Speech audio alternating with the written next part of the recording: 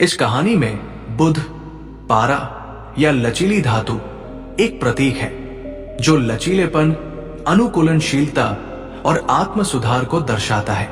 ये जीवन में आने वाली कठिनाइयों के सामने आत्म विकास और समायोजन की क्षमता को दर्शाता है।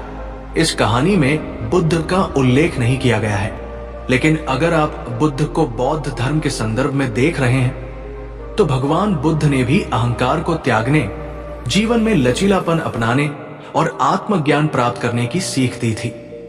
तो आइए इस कहानी को शुरू करते हैं। राजस्थान के एक छोटे से गांव में एक बुद्धिमान साधु रहते थे जिन्हें लोग सम्मान और श्रद्धा से देखते थे। उनकी शिक्षाएं सरल लेकिन गहरी होती थी। एक दिन गांव का एक धनी व्यापारी उनके पास आया।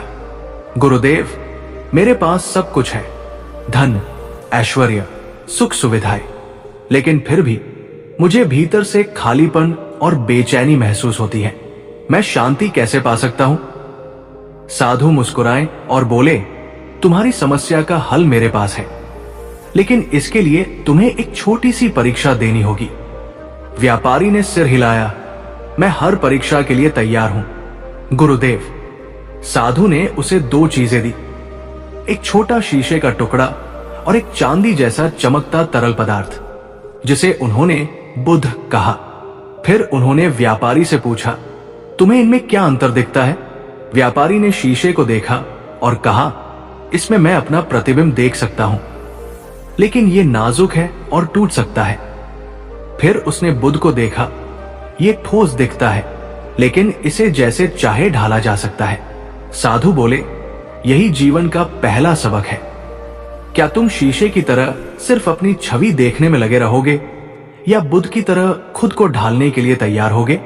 व्यापारी ये सुनकर चकित रह गया, लेकिन ये तो सिर्फ शुरुआत थी। साधु ने व्यापारी को एक और कार्य दिया।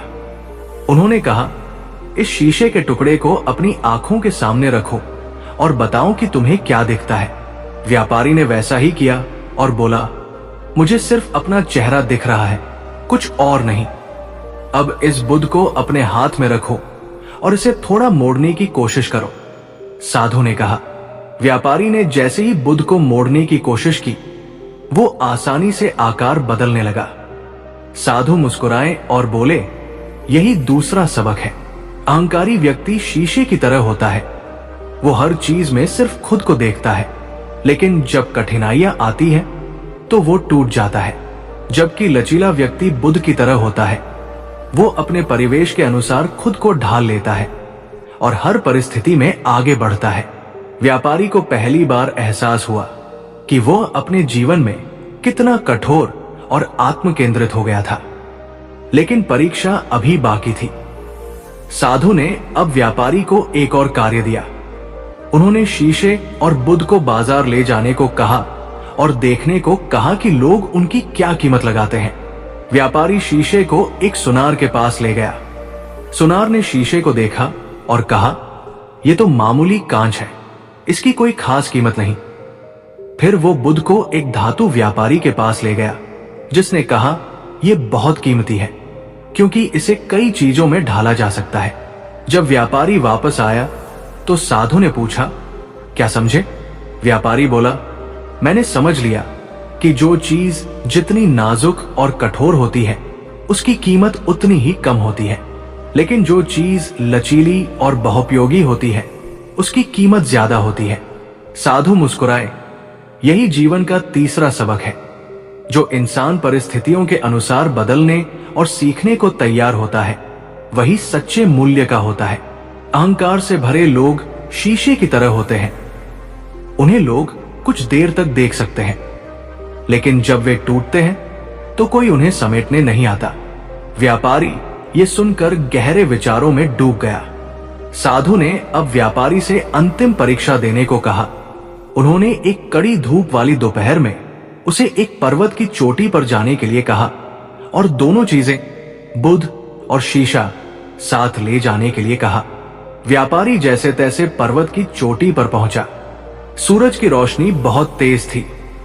उसने शीशे को धूप में रखा तो वो और गर्म होकर जल्दी से दरकने लगा। फिर उसने बुद्ध को रखा तो वो पिघलने लगा। लेकिन थोड़ी देर बाद ठंडा होकर फिर से ठोस बन गया। जब व्यापारी वापस आया तो साधु ने पूछा, तुमने क्या सीखा? व्यापारी बोला, शीशा धूप सहन नहीं कर सका और टूट गया, जबकि बुद्ध पिघला जरूर, लेकिन ठंडा होकर फिर से एक नया रूप ले लिया। साधु मुस्कुराए और बोले, यही जीवन का अंतिम सबक है। कठिनाइयां हर किसी पर आती है, लेकिन जो उन्हें सहन नहीं कर पाता वो शीशे की तरह बिखर जाता है, जबकि बुद्ध की तरह जो खुद को ढाल लेता है वो फिर से एक नया और मजबूत रूप ले लेता है। व्यापारी की आंखों में चमक आ गई। वो समझ चुका था कि उसे अपने जीवन में क्या बदलाव करने हैं। वो शीशे जैसा नहीं बल्कि बुद्ध जैसा बनना चाहता था, लचीला, मजबूत और बहुपयोगी। साधु ने मुस्कुराते हुए कहा, अब तुम तैयार हो, जाओ और अपने जीवन को सही अर्थ दो। उस दिन के बाद से व्यापारी पूरी तरह बदल गया। अब वो सिर्फ खुद को देखने में व्यस्त नहीं रहता, बल्कि परिस्थितियों के अनुसार खुद को ढालकर जीवन को सार्थक बनाता। इस कहानी से हमें ये सीख मिलती है कि हमें शीशे की तरह कठोर और अहंकारी नहीं बनना चाहिए, बल्कि बुद्ध की तरह लचीला, समायोजित और बहुपयोगी बनना चाहिए। यही सच्ची सफलता और शांति की कुंजी है। अगर आपको यह वीडियो पसंद आई हो तो इसे लाइक करें, अपने दोस्तों के साथ शेयर करें और हमारे चैनल को सब्सक्राइब करना न भूलें। आपके सपोर्ट से हमें और भी बेहतरीन कंटेंट बनाने की प्रेरणा मिलती है। बेल आइकन दबाना न भूलें ताकि आपको हमारी नई वीडियो की नोटिफिकेशन सबसे पहले मिले।